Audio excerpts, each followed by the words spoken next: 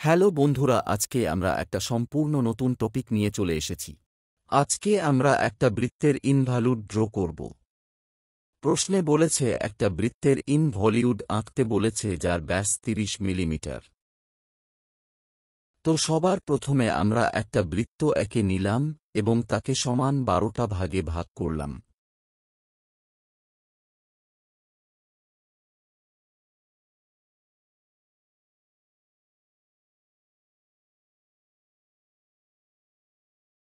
নিচের দিকে আমরা একটা সমান লম্বা লাইন টানলাম। তারপর বৃত্তের পরিধি সূত্র পাইটি করে যা পাব তার মাপ নিয়ে এই ৯৪ মিলিমিটার কেটে নিলাম।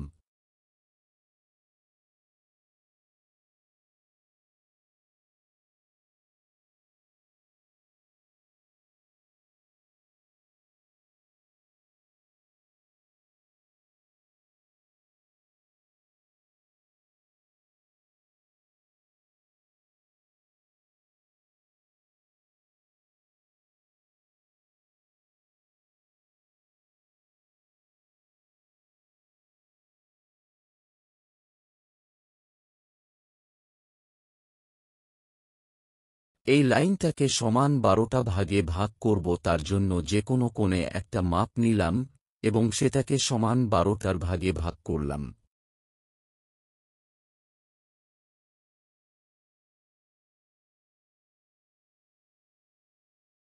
ভাগ করার পর আমরা সেটাকে সেট স্কয়ারের সাহায্যে যোগ করে দিলাম।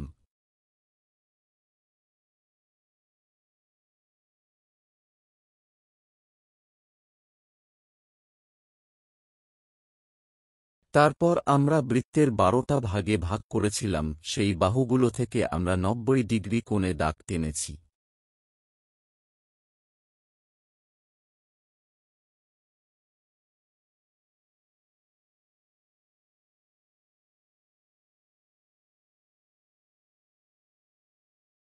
তারপর দাগের কেউ থেকে ১-এর মাপ নিয়ে বৃত্তের ১-এ বসিয়ে একটা বৃদ্ধা চাপ দিলাম। ঠিক তেমনি কিউ থেকে ২-এ দাগ নিয়ে ২-এ বসিয়ে একটা বৃত্তচাপ। এইরকম সবটা করলাম।